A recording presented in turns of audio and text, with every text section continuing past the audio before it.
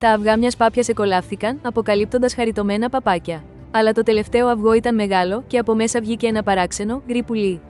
«Είναι τόσο άσχημος», έκραξαν τα άλλα παπάκια, διώχνοντάς τον. Ακόμα και η μητέρα του τον αμφέβαλε. Το μικρό πουλί ένιωθε μόνο του, πιστεύοντας ότι ήταν ανεπιθύμητο απλώς επειδή φαινόταν διαφορετικό. Προσπάθησε να ενταχθεί, αλλά το γέλιο ακολουθούσε το αδέξιο περπάτημά του. Έφυγε, βρίσκοντας μόνο κρύες συμπεριφορές και συνεχείς απορρίψεις. Μετά το χειμώνα, το μεγαλωμένο, μοναχικό πουλί είδε υπέροχους λευκούς κύκνους σε μια λίμνη. Περίμενε τη συνηθισμένη τους απόρριψη.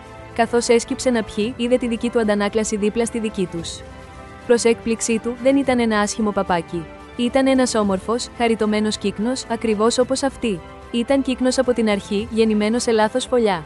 Η απόρριψή του δεν αφορούσε το ότι ήταν άσχημος, αλλά το ότι παρεξηγήθηκε. Δεν προοριζόταν να είναι πάπια, αλλά κύκνος. Οι απορρίψεις στη ζωή συχνά πηγάζουν από το ότι οι άλλοι δεν βλέπουν τον αληθινό σας εαυτό. Μην αφήνετε κανένα να σας ορίσει.